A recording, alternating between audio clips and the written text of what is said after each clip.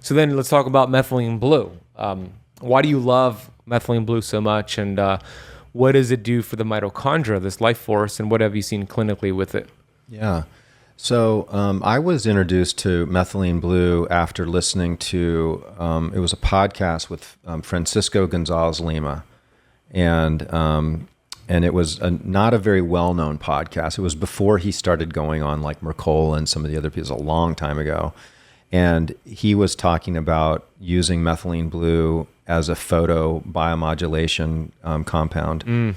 And he was really into, and he still is, using different types of infrared and red lights in transcranial for enhancing the brain, right? Through enhancing the mitochondria with photons, right? So that's what the light carries.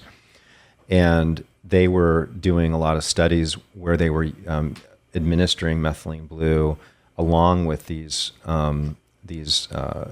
light therapy sessions and seeing some dramatic improvements with people's cognitive abilities. And so it was like, this really sounds like there's something to it. And so I've been really involved with utilizing it clinically and using it myself personally.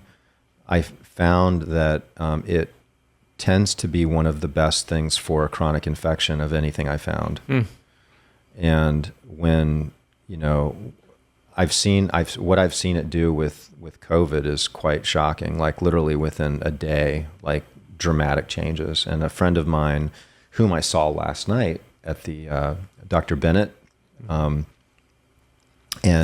he did a study in Mexico where they were using methylene blue with silver, and silver and gold have a tendency to also help facilitate the photodynamic aspect, So this whole concept, maybe try to like bring this into more context for people, but within the mitochondria, the mitochondria's job is to move electrons. So as it's moving electrons through this electron transport chain, it's producing heat. And that heat is then used to make ATP, which then fuels energy.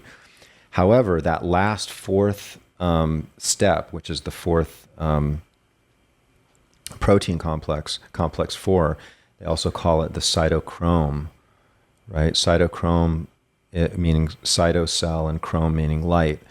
This step can take electrons or it can take photons. So in other words, if you were able to get sunlight into your cells can actually take that photon and it can go into that whole electron transport chain, and you can make energy from light, which is pretty phenomenal. So that's one of the reasons that we need the sun. Yeah, really cool. So methylene blue absorbs red and it reflects blue. That's what makes it blue. Yeah. And because it absorbs red, and red is the one that penetrates the best of the body, right? So, I mean, if we could probably utilize other colors, but the problem is that when you look at the different spectrums of light, it's the red and near infrared actually penetrates through the skin. And most of the other lights are just completely absorbed within the first millimeter of the skin. Since that's why when we go to saunas, we're using red and near infrared, right? And so because we can get that penetration and then we can utilize those red spectrums with methylene blue, we can actually get some pretty exciting changes where the methylene blue has an affinity for the mitochondria, and that's why they use it to stain like brain tissue. They use it. Originally, it was a dye. That's why it's called methylene blue. It was a dye for clothing, and then they found that it was really beneficial to stain tissues, and so you could see the different tissues very clearly because some tissues have more mitochondria than others, and so you could see the differences. That's really cool. And then they were using it to stain different microbes, and they could study the microbes to see what within like developing drugs, right? So that they could see if a microbe dies or not. And so they would stain it blue, and then they would add something to see, does this antibiotic work against it? And so that they started some studies on malaria, and this is the late 1800s. Paul Ehrlich, right? And he won a Nobel Prize because... Can you put the mic closer, like tilt it like this? Yeah. Yeah, there you go.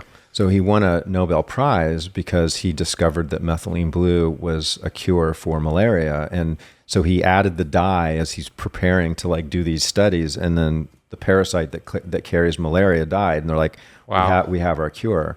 And to this day, methylene blue is probably the best answer to malaria because it doesn't build tolerance. It doesn't build tolerance with viruses either. So a lot of the problems with antibiotics is that you develop resistant strains. Yeah. And then these resistant strains become superbugs. And that's the problem that we're dealing with right now is that there's all these different, that's what Marcons is this coagulation, this collection of colonies that are antibiotic resistant.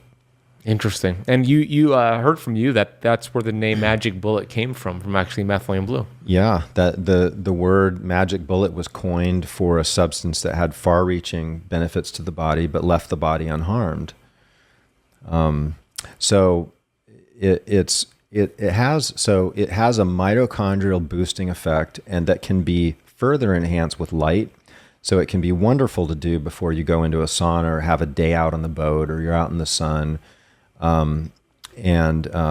You can use it like we recently introduced the blue eyes. Yeah, that's right. Which is a methylene blue